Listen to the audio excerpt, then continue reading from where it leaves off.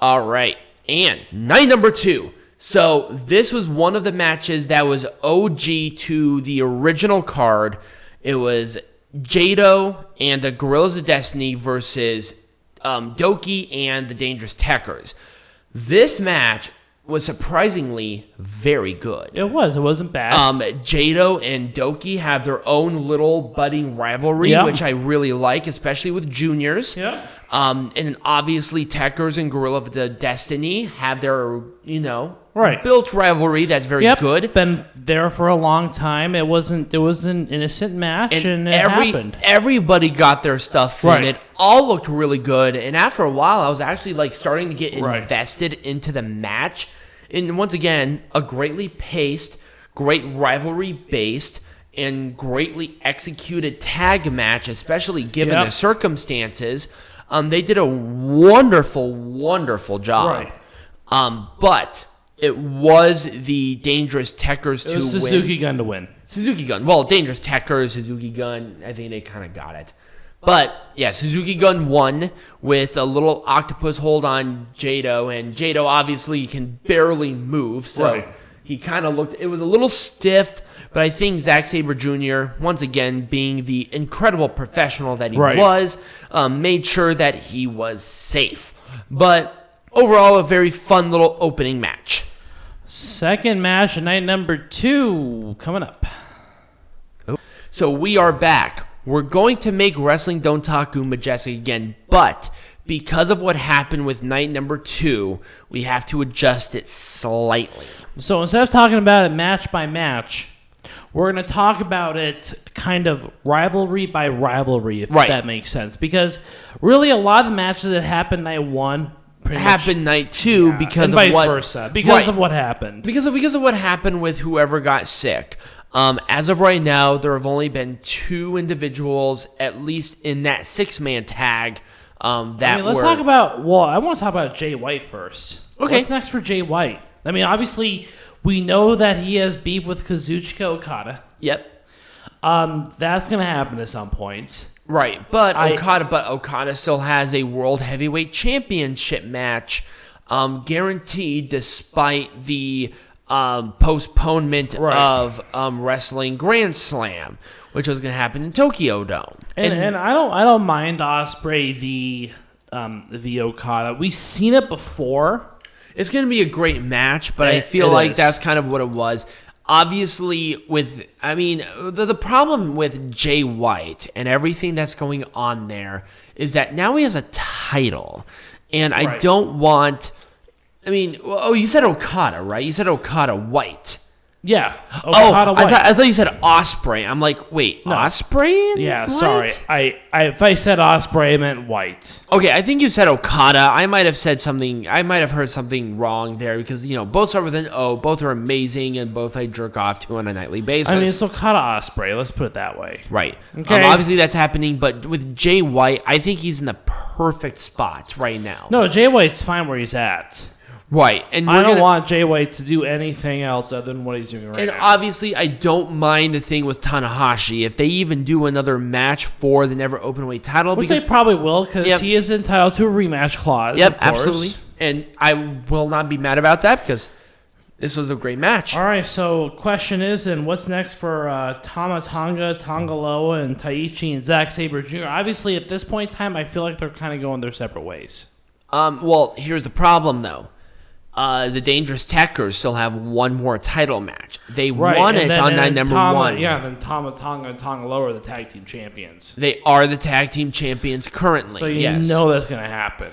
Yes. Although I feel like that match will be kind of that last sort of thing, and then the rivalry is going to kind of go off. At least for now. Or it's going to, those teams are going to go their separate ways. Right, at least for now. They will most likely clash again, and given the chemistry that they have, I wouldn't be surprised if we saw it again. Right. I don't mind it. I'm glad that they got the side of the rivalry that's kind of weird for a lot of people over with. Right, with the Iron Fingers, or the Iron Finger of Doom, or whatever it is.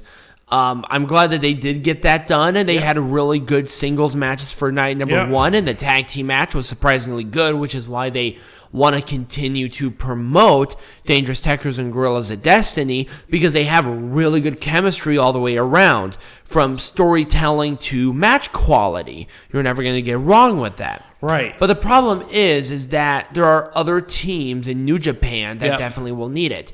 I feel like, once again, COVID is coming into play about what they can do. Right. I feel like we would have definitely have seen Thin Juice somewhere in the title scene at this point. But they're stuck in America, of course, doing the... And we talked about this last week with Impact Wrestling. We did, or a few weeks ago with Impact Wrestling. We kind of knew that they were going to kind of stay in the U.S. for the time being, at least until the summer. So, and then we have El Phantasmo now going to Impact because it might be a little bit harder for him to go to Japan right now, especially given the new state of emergency orders for certain parts of Japan. I totally understand it. So what about this? Fucking Zack Sabre. Okay, I do want to say something about Zack Sabre Jr. that bothered me. I did not know he spoke fluent Japanese. And that was weird. You're weird. He's been in Japan for like 5 or 6 years. I don't know. Anyway, speaking of which... I just wasn't expecting somebody that was coming right out of fucking... Speaking of an individual that cannot speak a language, let's talk about the rivalry that's continuing between the United Empire and Los Ingobernables de Japón. Hang on, just in general. There we go. Okay, there we go. Trying to find a picture. Like this team. Like these two teams. This is, I think, United Empire's first big... There we go. That's a much better picture. Big rivalry, like, sort of thing. I don't know. What are your opinions on this? So, I definitely think that. Yeah, 100%. Obviously, we have multiple components in rivalries. We have, obviously, Takagi and Ospreay. We have Naito and Great Khan. From that point on, there aren't a whole lot going right now, but I could definitely see Aaron Henare and SANADA, SANADA, Jeff Cobb. Right. Obviously, with Bushi being a junior, it's a little bit more challenging for him because there are no junior heavyweights in United Empire. Not for right now. At least right now. Here's my thing. I want to see Robbie Eagles in United Empire. I think that I was thinking like they need a good junior heavyweight in that. They got to have a really good junior heavyweight. El Phantasmo, I think he's too much of a renegade to be a part of United Empire. No, El Phantasmo is not a good. He's a Bullet Club guy. He's a Bullet Club guy. Yep. Robbie Eagles would be the right guy. Yep. He's Australian, so country. I mean, Aaron Henare is from New Zealand. It's not the same. But we talked about having that sort of like country guy, like that sort of like outback renegade outlaw. Robbie Eagles. Robbie Eagles. We were thinking about like if oh God, who was that? Corey Graves' brother. What was his name? Sam Adonis. Sam Adonis. If Sam Adonis was in Japan, he'd be part of United Empire. And he would be representing the American part of it. Right, that renegade outlaw. Because now keep in mind is that the gimmick that Sam Adonis he was the pro-Trump supporter in Mexico, and he was the leader of that faction that people like Brian Cage were in. And they were uber. Like, they were like waving flags that literally had Trump's face on it in Mexico around 2015, 2016. You can't get more heat than that. Right. But the point being is that there are so many people that can join it, but the problem is that with the United Empire, you are limited to one person per country or culture. But that is the beauty of it as well, because there are so many different people that can join a faction like this. You know what I'd really like to see, and I'm not even sure. And quite frankly, when it comes to New Japan, you shouldn't really have more than like 7 or 8 people per faction. And here's my thing: I want to see some controversy with United Empire to a point of craziness. I want to see either an Indian member, like, Indian member of it. Right, which like would the be, Dot Indians, like subcontinent Indians, right. That would be crazy. To the United Empire. Are you kidding? That would be insanely controversial. What about the fat 8-year-old Indian boy? Right? What was his name? I can't remember. I watch a lot of Mark Eady, right? Mark Eady. Apparently, Peanut Gallery does not know who he watches at all. But the problem is that one guy who's the hawk? It's either that, or I would love to see like a Ugandan, a sub-Saharan African member, like IRL, right, like Kofi Kingston if he went to New Japan became a heel. I mean, it was West Ghana part of the was that part of sub-Saharan? Yes, technically. No. Well, I mean, I was talking about more so as a part of British Empire. Oh yeah, Empire. absolutely. Ghana was a huge part of the British Empire. Okay, I mean, I could see that physically. I'm just not sure what would happen. But here. Kofi Kingston has his dick firmly into the asshole of Vince McMahon. Yeah, it's not going to happen. But I would love to see that kind of not only racial integration, but also that controversial part where, right. Oh, I'm the representative of this country, but I'm underneath a Brit. That would be awesome. And, this is another thing I found interesting, just in general. And we're talking about Bullet Club versus, for example, night number 1, Bullet Club was facing a faction that was not associated with any faction. Like the match between Evil, Yujiro, Taichi, and Dick Togo versus Toriano, Tenzan, Tiger Mask, and Master Wato. Was it number 1 and number 2? It was night number 1. But night number 2 was really kind of the same thing, where Yujiro and Taichi were facing Hiroyoshi, Tenzan, Master Wato. I think this kind of harkens back to my thing about how Bullet Club is kind of that dominant heel faction trying to get one over on the I will say it's not as popular as it once was. No, definitely. Because there are a lot of face factions now. Right. And I think that Bullet Club's rivalry, I mean, they've done a lot of rivalries with a lot of different people, but I think their big one right now, I think, is... with just New Japan in general. Well, that's my point. My point is that I feel like Bullet Club is kind of the big heel faction right now, even though they started out as a renegade...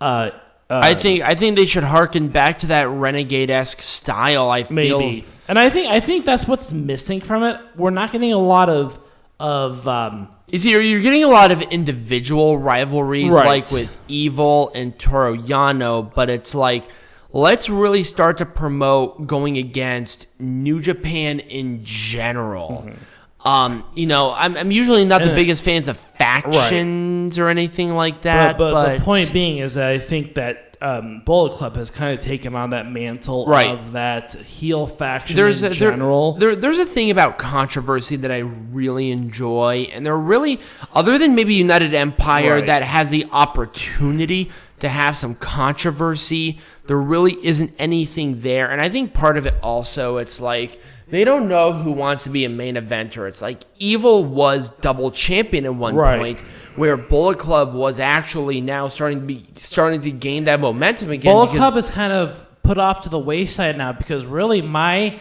now United Empire is the main focus. United Empire is the new dominant heel. Even though they're not big, they're kind of the dominant heel faction. Here's Bullet Club kind of languishing off to the sidelines. But they have titles. But then you have like Jon Moxley, who has that stranglehold on the United States heavyweight champion, where they don't want him to lose it. But at the same time, how much traveling can he do? I think they really got to bring back that belt. They got to bring back here's the thing, is that Bullet Club will not be revived until travel comes back. That's my opinion. Right, absolutely, 100%. I don't think that Bullet Club, because there are obviously a lot of people outside of Japan that are part of Bullet Club in spirit in some way. Right, and it's really hard to bring any kind of other people back. Like you got to bring back Kenta. Gallows and Anderson. You got to bring back Kenta. You got to bring back even someone like El Phantasmo. You got to bring back that strong junior heavyweight that was going to go for the heavyweight champion.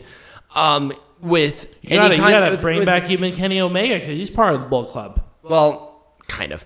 I would say that he's more so kind of by himself. He's kind of in his own weird thing. He is. He's kind of but you know what? Hey, that would be a great addition. Here's my thing. Here's my thing about this is that travel will definitely really shoehorn in, I think, a lot of rivalries that New Japan are thinking. I think it's going to bring New Japan. I mean, it's going to bring Bullet Club back up to kind of the top faction. And I think like one thing that we said about Robbie Eagles is a very important thing.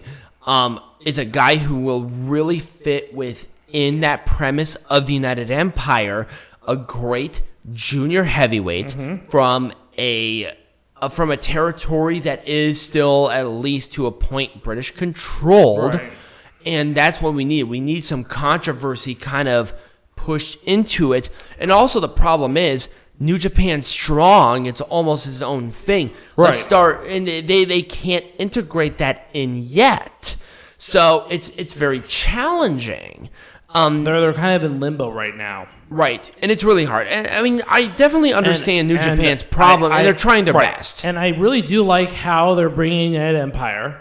You know, they're kind of bringing that together, doing a slow burn. They're trying their best to do what they can do, and they're doing a great job with it, but they don't have all the tools in the toolbox yet. Right, and I think that once things do open back up, I can see a lot of those foreigners 100%. come back into the Bullet Club, kind of displace some of those other ones. I mean, I could see fucking Evil go to United Empire at some point. I mean, I could possibly. I mean, I don't want to take anything away from Great O'Khan. That's the problem. That's there. The problem. Great O'Khan is the bee's knees right now with the United Empire. Exactly. I think Evil's perfect in Bullet Club. And yeah, he's perfect in Bullet Club. But I think that as Bullet Club brings back those foreigners, I fear that Evil might be put off to the wayside. Evil might need to do something a little bit different. But maybe start his own thing. Yeah, maybe start his own faction. Maybe start something a little more controversial. Here's the one thing that I love about Evil is that he is the king of darkness. He is, and I feel like I want something a little more dark. I want that edgy dark. I want a nice edgy dark team that does. I want like Brood on steroids dark. That's what I was thinking. Like maybe something with a little more hardcore edge or. Something to where they will actually like brutalize the person to where any match under them will be won under referee stoppage or something. That's what I want. I want brutal. But yeah, and I think that's something that's kind of hurt. The point is that it feels like Bullet Club is kind of lost right now. They're just kind of languishing and waiting for something to happen. Once again, I feel like it's hard because of the pandemic. It is, but it really is. But you understand where I'm coming from. Oh, 100. I agree with you 100%. You know, that Empire is really kind of taking and obviously with these forbidden doors opening up with a bunch of these other companies, there's going to be a lot more freedom to do a bunch of other things. Oh, yeah. Where maybe the Elite may not rejoin Bullet Club, but the Elite will be a different faction within of itself. We'll obviously have we'll have Gallows and Anderson rejoin the Bullet Club because they're kind of there already. They're like halfway Bullet Club anyways. They're kind of halfway, but then we'll obviously see like people joining back and forth. But I think most people will get the picture. Yeah. Is that the once again, here's the pandemic getting in the problem where New Japan is trying their best to make sure that there's good entertaining matches and they're doing their best and they're doing good stuff. I think that New Japan is there's definitely a limit to what they can do. And I think that New Japan over the next 6 months, I think that you'll see them kind of recapture that spirit. 100%. Of Bullet Club. By the end of the year, New Japan will have its spirit back, no problem. But for right now, especially with Dontaku, it was just kind of missing something. I can't tell you what. I think maybe part of it was the change in schedule. But that's outside of their own thing, so I can't nick them for it. And that's why we did make Pro Wrestling Majestic again within of its own little bubble instead of having it each individual match. Right. So anyways, that's kind of what we have. Let us know what you think. Yeah. Next week, we are going to be going over WrestleMania Backlash. Yes, and really that's pretty much it. I'm gonna do wrestling lesson around Backlash, and Peanut Gallery will try to do something around kind of the over-encompassing thing of that, or something around WWE. I have not yet decided. Yes, but if you did enjoy this, remember to subscribe to the channel. You guys have been freaking awesome. We're going so freaking fast and crazy. Website, I'm hoping will be done by next week. Yes, we'll have really cool exclusive content for maybe for some exclusive news stories, opinions, all that fun stuff. For maybe some paid subs or something. And we are also... I'm thinking that we do a gallery of our predictions for those people that are not following us on Instagram or Snapchat. Yes, follow that too. Encourage that. And definitely. We'll give our full opinion on it. But you know what? We will let you know once that website is up. But remember, next week, this is a special Saturday. Next week's be back on Sunday. Yep. But as always, be majestic.